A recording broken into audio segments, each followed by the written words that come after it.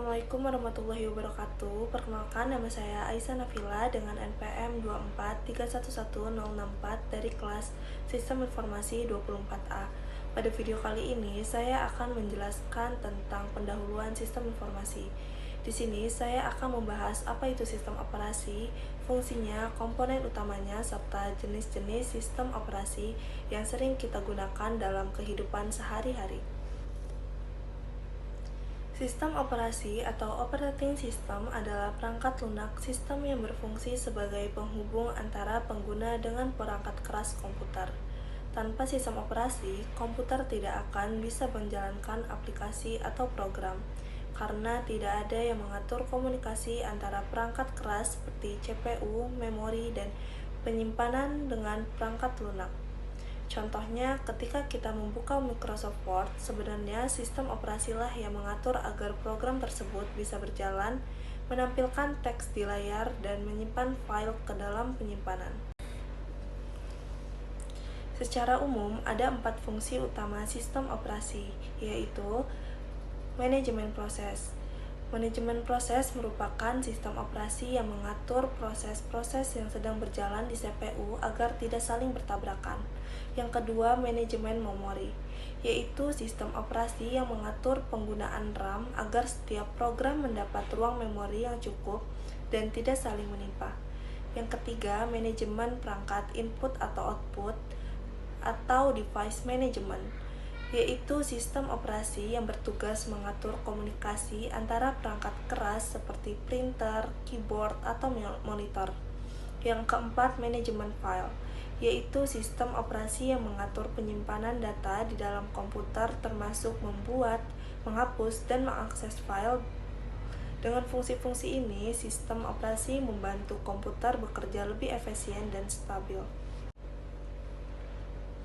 Sebuah sistem operasi terdiri dari beberapa komponen utama, yaitu kernel. Kernel merupakan inti dari sistem operasi yang mengatur langsung perangkat keras seperti CPU dan memori. Yang kedua, sel. Sel merupakan lapisan yang memungkinkan pengguna memberikan perintah ke sistem, baik melalui command line atau tampilan grafis. Yang ketiga, system calls merupakan mekanisme yang memungkinkan aplikasi berkomunikasi dengan kernel. Ketiga komponen ini bekerja sama agar komputer dapat menjalankan perintah pengguna dengan baik. Sistem operasi dapat dibedakan berdasarkan cara kerjanya, di antaranya yang pertama, batch system digunakan untuk menjalankan tugas-tugas besar tanpa interaksi langsung. Yang kedua, team sharing system. Team sharing system memungkinkan banyak pengguna mengakses komputer secara bersamaan.